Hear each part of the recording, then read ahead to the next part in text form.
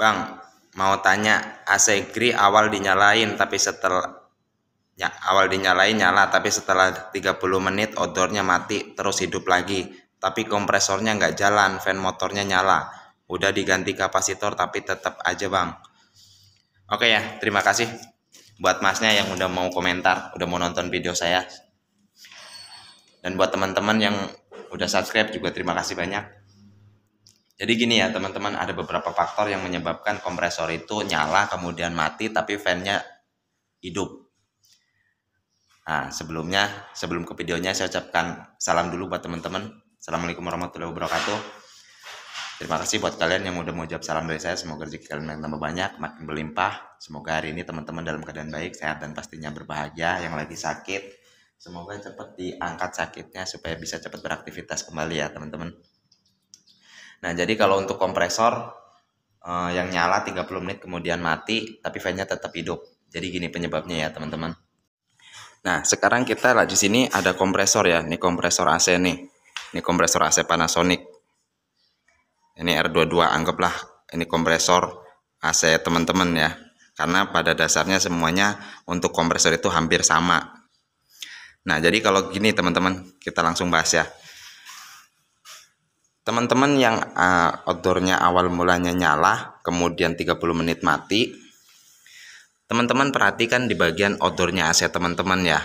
Nih di bagian kondensernya, ini kondensernya dilihat kotor parah apa enggak. Kalau misalkan karena kotor parah, udah pasti hawa panas yang nggak bisa ke bawah sama fan, nggak bisa ke bawah sama kipas ya. Jadi lama-lama kompresor juga akan panas, akhirnya overload akan mutus arus buat kompresor. Nah kalau overload mutus arus kompresor karena kotor, ini nanti juga akan hidup lagi kalau udah dingin ya teman-teman. Tapi kalau misalkan kondensornya bersih, tapi kok masih kayak begitu, nah ini bisa jadi karena kompresornya yang naik ampere. Nah, ampernya udah kelewat tinggi, akhirnya panas, akhirnya overloadnya mutus arus supaya nggak kelewat berlebihan.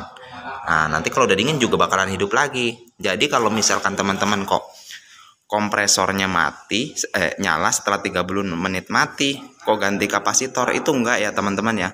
Karena kapasitor yang harus diganti itu kalau misalkan kompresornya nggak mau starting sama sekali, kemudian ciri-cirinya untuk kapasitor yang rusak nggak mau starting itu di sininya gelembung, di bagian bawahnya gelembung, atau mungkin di bagian atasnya juga gelembung, atau mungkin biasanya ada bercak oli karena udah jebol ya. Itu biasanya ada bercak oli juga di bagian kompresornya. Nah itu baru ganti kapasitor. Tapi kalau misalkan setelah 30 menit nyala kemudian mati, itu teman-teman perhatikan di bagian kondensernya. Nah kalau kondensernya bersih kok masih seperti itu bisa jadi karena AC satu entah kurang freon, entah apa, akhirnya panas, overload, atau mungkin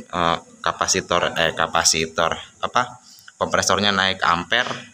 Nah akhirnya juga panas juga, akhirnya overload mutus arus buat kompresor. Nah untuk memastikannya teman-teman bisa cek ya, bisa beli tang ampere atau apa buat ngecek sendiri kalau misalkan teman-teman niat pengen benerin sendiri, pengen tahu. Tapi kalau misalkan teman-teman percaya atau ragu, teman-teman bisa panggil teknisi kepercayaan teman-teman yang bisa dipercaya buat ngeceknya. Karena memang nggak gampang ya, kebetulan saya nggak buat tang ampere dan hasilnya juga ini masih kondisinya mungkin mudah-mudahan masih bagus, karena ini memang bukan kerjaan saya tinggal nerusin ya teman-teman ya. Tapi mudah-mudahan cara-cara tadi teman-teman bisa praktekin, bisa ikutin, siapa tahu nanti bisa ketemu sendiri ya penyakitnya ya. Oke lah gitu aja buat teman-teman yang udah mau nonton dan mau subscribe. Semoga video ini bisa berguna buat teman-teman yang udah mau nonton juga. Semoga video ini ada manfaatnya buat teman-teman. Jadi buat kalian semua semoga rezeki kalian makin lancar, makin banyak. Terima kasih. Assalamualaikum warahmatullahi wabarakatuh.